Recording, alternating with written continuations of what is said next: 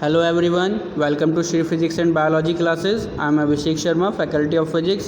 आज हम पढ़ेंगे 12th क्लास में चैप्टर 7 ऑल्टरनेटिंग करंट में topic AC voltage applied to a pure capacitor. अगर एक AC वोल्टेज को हम एक कैपेसिटर के साथ कनेक्ट कर दें तो उस पर क्या इफ़ेक्ट होते हैं वो हम इस लेक्चर में पढ़ेंगे। पिछले लेक्चर में हम पढ़ चुके हैं कि अगर हम ऑल्टरनेटिंग वोल्टेज को एक रजिस्टर पर लगाएं और एक इंडक्टर पर लगाएं तो वो हम दोनों वीडियो पढ़ चुके हैं। आज हम डिस्कस कर रहे हैं कैपेसिटर को एक ऑल्टरनेटिंग वोल्टेज के साथ लगाने पर क्या इफ़ेक्ट होते हैं। So we start the lecture. AC voltage applied to a pure capacitor. अगर एक सर्किट में केवल कैपेसिटर है, उसके अक्रॉस अगर हम एक ऑल्टरनेटिंग वोल्टेज लगा देते हैं तब क्या इफ़ेक्ट होते हैं। तो हमने माना एक EMF सोर्स है, ऑल्टरनेटिंग EMF का V = V0 sin omega t से हमने कैपेसिटर के एंड्स पर अप्लाई कर दिया। तो यहाँ एक पोटेंशियल आएगा, तो पोटेंशियल ड्रॉप जो होगा कैपेसिटर के एंड्स पर उसे हम VC कह रहे हैं। तो अगर हम माने किसी टाइम t पर चार्ज जो है इस कैपेसिटर के प्लेट्स में वो Q है, तो आप कैपेसिटर के चैप्टर में पढ़ के आए थे V = Q/C, या Q/C = कितना हो जाएगा, वही यही तो पोटेंशियल ड्रॉप होगा उसके across V0 sin omega t। तो Q/C will be equal to V0 sin omega t। यहाँ से Q निकालें तो Q आ जाता है C V0 sin omega t। ये तो आ गया बेटा चार्ज। अगर हम इंस्टेंटेनियस करंट निकालना चाहें तो चार्ज करंट क्या होता है, current is the rate of flow of charge, यानी I = dQ/dt।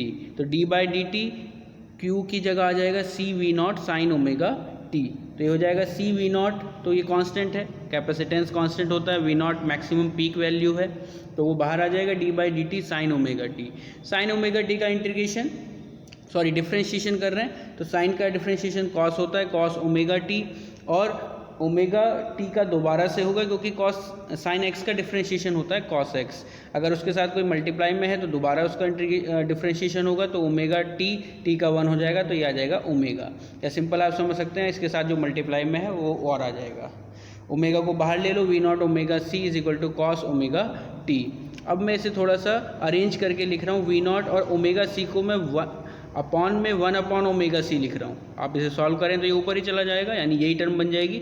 इसे मैं इस तरीके से लिख रहा हूँ। ऐसा लिखने का रीज़न है क्योंकि V0 के साथ डिवाइड में जो होता है उसे हम कहते हैं सर्किट का रजिस्टेंस, ठीक है। और ये आ जाता है I0 is the maximum current. ये आ गया cos ओमेगा t। अगर हम इसे साइन में कन्वर्ट करें, we can write sin 90 + theta, या sin ओमेगा t + π/2 लिख सकते हैं हम इसे। तो ये आ गया I = I0 sin omega t + π/2। और वोल्टेज लेकर हम चले थे V = V0 sin omega t। ये I0 को डिस्कस कर लेते हैं पहले। I0 क्या है, I0 इज़ द V0/1/ओमेगा C की जगह लिखा है आपने, तो this is the peak value of the current. 1/ओमेगा C को हम कहते हैं XC मतलब resistance of the capacitor, called capacitive reactance, यानी रेजिस्टेंस जो कैपेसिटर जो रेजिस्टेंस ऑफर करता है किसी सर्किट में, that is called the capacitive reactance, और इसे हम XC से शो करते हैं। उसको हमने यहाँ डिफाइन भी किया है कि it is defined as the position afforded by a capacitor to the flow of current through it. XC = 1/ओमेगा C। ओमेगा की जगह 2π न्यू रख सकते हैं, फ्रीक्वेंसी होता है न्यू, तो यह आ जाएगा 1/2π µc। और क्योंकि ये भी रेजिस्टेंस है तो इसकी भी यूनिट जो होगी वो ओम होगी। फेज डिफरेंस देखें बेटा, तो इक्वेशन आप देख ही रहे हैं कि एक इक्वेशन है V0 sin ओमेगा t।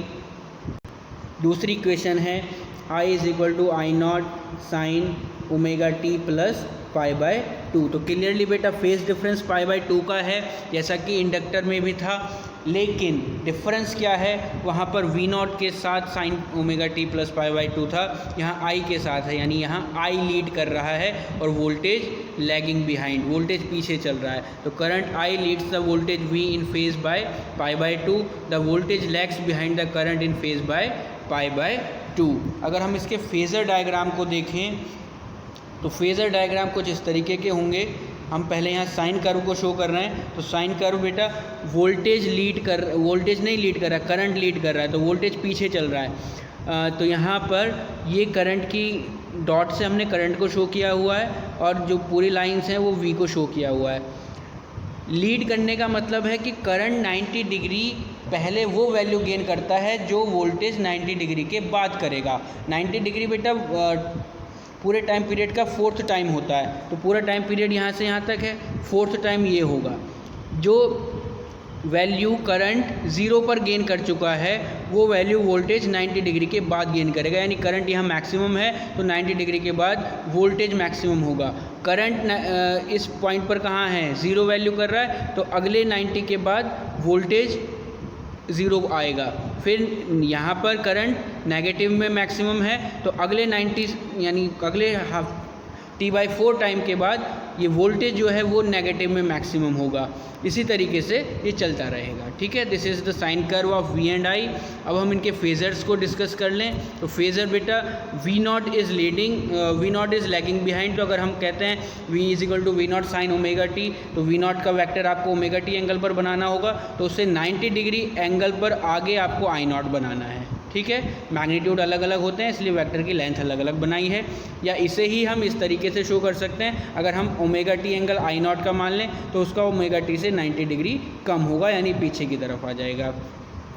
यहाँ अगर हम XC और न्यू का वेरिएशन देखें, जैसे हमने वहाँ देखा था XL और न्यू का, तो वो तो एक स्ट्रेट लाइन आ गया था क्योंकि XL जो है ωL होता है, डायरेक्टली प्रोपोर्शनल होता है L के। लेकिन XC बेटा 1/ωc होता है, यानी 2π/c होता है। तो XC जो है फ्रीक्वेंसी के इन्वर्सली प्रोपोर्शनल होता है, तो उसका ग्राफ कुछ इस तरीके का आता है, जो इन्वर्स ग्राफ हमारे मैथ्स में हम पढ़ते हैं। तो ये बात हुई कैपेसिटर के। अगर हम एक कैपेसिटर को एक ऑल्टरनेटिंग वोल्टेज के साथ कनेक्ट करें तो उसके फेज़र और करंट और वोल्टेज में क्या क्या फेज़ डिफरेंस होते हैं, उनके फेज़र्स कैसे बनाते हैं, ये हमने डिस्कस किया इस लेक्चर में। आई होप आपको सब समझ में आया होगा। आपको समझ में आया है तो वीडियो को लाइक करें और अपने फ्रेंड्स के साथ शेयर करें। आपने हमारे चैनल को अब तक सब्सक्राइब नहीं किया है तो चैनल को सब्सक्राइब करें और बेल आइकन को प्रेस करें, जिससे आपके पास हमारी वीडियो सबसे पहले पहुँचे। Thank you very much.